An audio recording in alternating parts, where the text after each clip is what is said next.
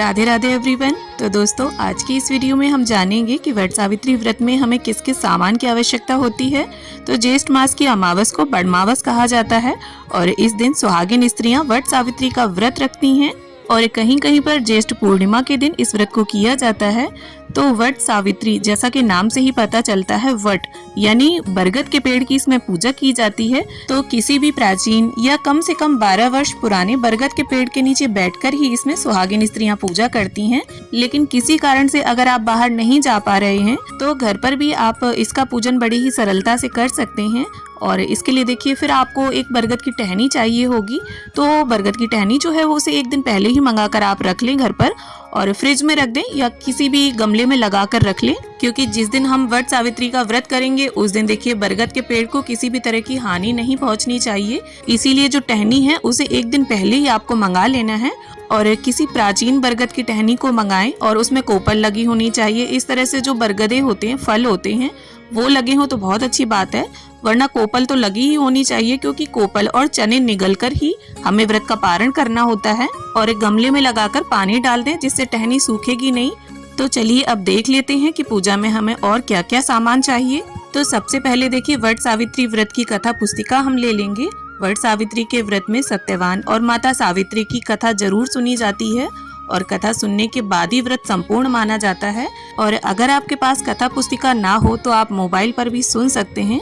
अब इसके साथ ही चौक पूरने के लिए चावल का या गेहूं का आप आटा ले लें और साथ में थोड़े से चावल ले लेंगे हम। चावल आप देख लें, टूटा नहीं होना चाहिए, साबुत चावल आपको लेना है पूजा में। अब इसके साथ ही देखिए अमावस्या की तिथि पर काले तिलों का पूजा में विशेष महत्व होता है, तो यहाँ पर थोड़े से काले तिल ले लेंगे हम। इसके साथ ही यहाँ पर चंदन ले लिया है मैंने, साथ में यहाँ पर सिंदूर ले लेंगे हम। और देखिए आपके यहाँ अगर पीले सिंदूर से आपकी मांग भरी गई हो शादी में तो आप पीला सिंदूर लें, और हमारे यहाँ देखिए लाल सिंदूर का चलन है, तो यहाँ पर मैंने एक नई लाल सिंदूर की डब्बी ले ली है। और इसके साथ ही देखिए कच्चे सूत का विशेष महत्व होता है वट सावित्री के पूजन में, क्योंकि कच्चे सूत से ही हमें माला बनानी होती है, कच्चे सूत से ही हम बरगद की फेरी लगाते हैं। तो देखिए बरगद की फेरी लगाने के लिए आप कच्चा सूत, कलावा या पीले रंग की कॉटन की रील, इन तीनों में से कुछ भी ले लें और कलावा भी रख लें थाली में, वस्त्र की भावना से सभी को अर्पित करने के लिए। साथ में 2 जनेऊ ले लेंगे हम, एक गणपति जी के लिए और एक बड़ देवता के लिए। अब देखिए अगर आप घर पर पूजन कर रहे हैं तो एक छोटा सा हवन भी आप जरूर करें, क्योंकि अमावस्या की तिथि होती है तो हवन का विशेष महत्व होता है। तो यहाँ पर आप कपूर ले लें, एक धूप बत्ती ले लें, थोड़ी सी हवन सामग्री ले लें और साथ में देखिए आपको एक उपला, गाय के गोबर का उपला मिल जाता है तो बहुत अच्छी बात है, वरना जो भी उपला हो आप उसे प्रयोग करें। अब इसके साथ ही देखिए गणपति जी और गौरी माता यानी गौरी गणेश का पूजन जरूर किया जाता है सर्वप्रथम। तो यहाँ पर हल्दी पाउडर में पानी मिक्स करके मैंने गौरी माता और सुपारी में कलावे को लपेटकर गणपति जी का निर्माण किया है। आप चाहें तो हल्दी की गांठ भी रख सकते हैं, या फिर अगर आप गौरी गणेश की मूर्तियां रखना चाहें तो उन्हें भी रख सकते हैं पूजा में। तो देखिए साल 2025 में वट सावित्री का व्रत 26 मई दिन सोमवार को रखा जाएगा। थाली में हम माचिस भी रख लेंगे। अब देखिए अगर आप कलश स्थापना करते हैं तो आपको एक कलश चाहिए होगा, तो मिट्टी का, तांबे का या पीतल का एक कलश ले लें आप। कलश को ढकने के लिए एक ढक्कन, कलश के अंदर डालने के लिए हल्दी की गांठ, सुपारी, सिक्का, लौंग, इलायची और अक्षत हमने पहले ही ले लिए हैं। अब देखिए कलश में लगाने के लिए आपको अशोक के या आम के पत्ते चाहिए होंगे। आप वट वृक्ष के भी पत्ते लगा सकते हैं कलश के अंदर। साथ में लाल, पीले, सफेद रंग बिरंगे कुछ फूल ले लेंगे हम। तो अगर आपको फूल मिल जाते हैं तो आप फूल लें, वरना बिना फूलों के भी आप पूजन कर सकते हैं। अब साथ में एक शुद्ध देसी घी का दीपक हम ले लेंगे। तो यहाँ पर मिट्टी का दीपक मैंने लिया है। अगर आप बाहर पूजन करने जाते हैं तो मिट्टी का दीपक लें, वरना पीतल का भी दीपक ले सकते हैं। अब वट सावित्री के व्रत में अंकुरित काले चने का विशेष महत्व होता है, तो काले चने आप एक दिन पहले भिगोकर उन्हें सूती कपड़े में बांधकर रख दें जिससे वो अंकुरित हो जाएं। अब साथ में पूजा में प्रयोग करने के लिए यहाँ पर हल्दी का पाउडर ले लेंगे हम।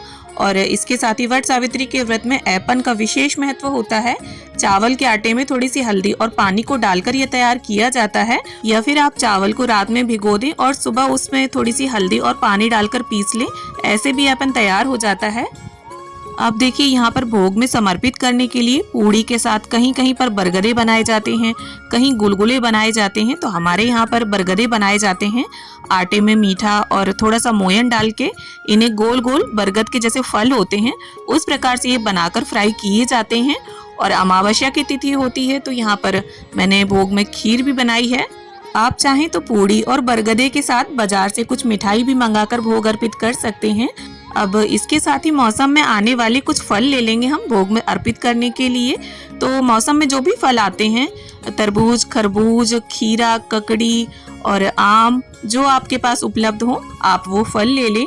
और आप चाहें तो 5 तरह के या फिर 1-2 तरह के फल भी अर्पित कर सकते हैं। और इन सभी फलों के साथ आप जटा वाला नारियल भी रख सकते हैं, क्योंकि जटा वाला नारियल यानी श्रीफल पूजा के लिए सबसे उत्तम माना गया है। अब इसके साथ ही वट सावित्री के व्रत में बांस की टोकरी में 16 श्रृंगार को निकालकर माता सावित्री को समर्पित किया जाता है। तो यहाँ पर बांस की टोकरी में हमने 16 सुहाग की चीजें रख ली हैं माता को अर्पित करने के लिए। आप चाहें तो कम से कम 5 सुहाग की सामग्री भी रख सकते हैं, जिसमें चूड़ी, बिंदी, महावर, मेहंदी, सिंदूर ये आपको लेना है। अब देखिए, अगर आप बड़मावस पर बायना निकालते हैं दान के लिए तो आपको एक साड़ी चाहिए होगी। आप साड़ी भी ले सकते हैं या साड़ी की जगह पर चुनरी या ब्लाउज पीस भी रख सकते हैं। तो माता सावित्री के नाम की यहाँ पर हमने एक साड़ी ले ली है। अब वट वृक्ष को समर्पित करने के लिए अंगोछा ले लिया है। उपवस्त्र के रूप में हम इसे वट वृक्ष को अर्पित करेंगे। आप अंगोछे की जगह पर रुमाल या कोई भी नया 1.25 मीटर का कपड़ा ले सकते हैं।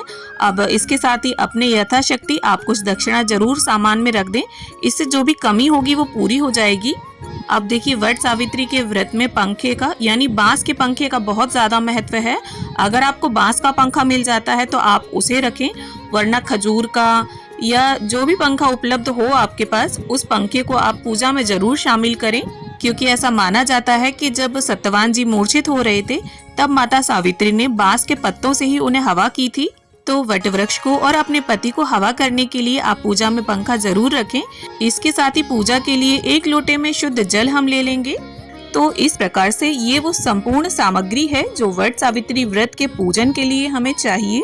और अगर आप बाहर जाकर पूजा कर रहे हैं तो आपको एक तो टहनी की जरूरत नहीं पड़ेगी, और दूसरा जो भी कलश स्थापना की सामग्री है उसकी भी जरूरत आपको नहीं पड़ेगी, क्योंकि देखिए काफी भीड़ होती है वहां पर और कलश स्थापित करके पूजन करना पॉसिबल नहीं होता है। तब तो देखिए थोड़े से सामान में ही पूजा हो जाती है।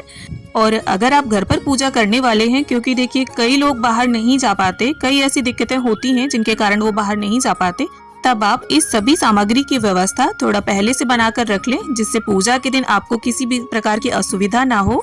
तो उम्मीद करती हूँ वीडियो से आप सभी को हेल्प मिले। वीडियो अगर अच्छी लगे तो इसे लाइक करें, शेयर करें और चैनल को सब्सक्राइब करें।